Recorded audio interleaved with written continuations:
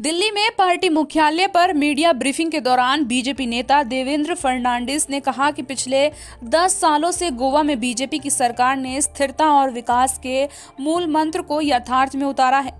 उन्होंने कहा कि गोवा की राजनीति में जो अस्थिरता थी उसे बीजेपी ने समाप्त किया और गोवा को विकास के लिए नए पथ पर बीजेपी लेकर आई। फर्नांडिस ने यह भी कहा कि तृणमूल कांग्रेस गोवा में सूटकेस लेकर आई है और इसी सूटकेस के भरोसे अपनी पार्टी के विस्तार का उन्होंने प्रयास किया, मानो गोवा एक मार्केट हो और वहां के नेता इस मार्केट में फॉर सेल हो।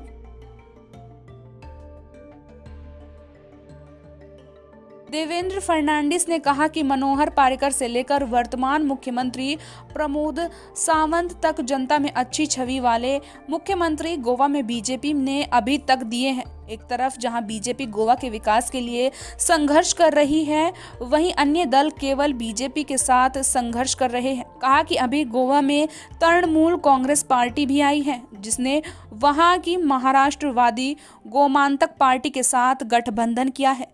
टीएमसी ने आने के बाद जिस प्रकार की राजनीति की, गोवा ने उस राजनीति को पहले ही नाकार दिया है। आप सभी जानते हैं कि गोवा राज्य का चुनाव 14 फरवरी को होने वाला है और आज उसी के सिलसिले में भारतीय जनता पार्टी की सूची जारी करने के लिए हम लोग आपके बीच उपस्थित हैं। हम सब ने और विशेष रूप से गोवा के लोगों ने देखा है कि पिछले 10 साल से गोवा में भारतीय जनता पार्टी की सरकार ने स्थिरता और विकास इस मूल मंत्र को यथार्थ में लाया है।